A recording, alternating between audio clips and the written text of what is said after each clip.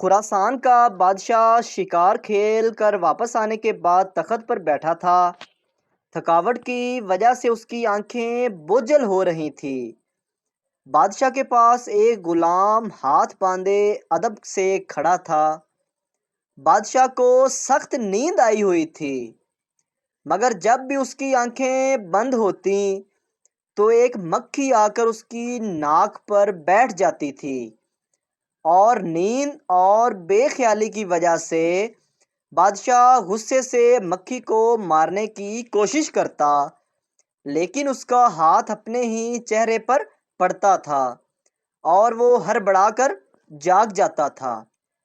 جب 2-3 دفعہ ایسا ہوا تو بادشاہ نے غلام سے پوچھا، تمہیں پتہ ہے اللہ نے مکھی کو کیوں پیدا کیا ہے؟ اس کی پیدائش میں اللہ کی کیا حکمت پوشیدہ ہے؟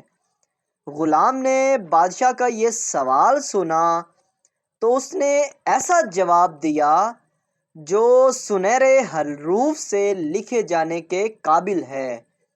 غلام نے جواب دیا، بادشاہ سلامت، اللہ نے مکھی کو اس لیے پیدا کیا ہے کہ بادشاہوں اور سلطانوں کو یہ احساس ہوتا رہے کہ وہ خود کو کہیں خدا نہ سمجھ بیٹھیں، کیونکہ وہ خود سے ایک مکھی کو بھی قابو نہیں کر سکتے۔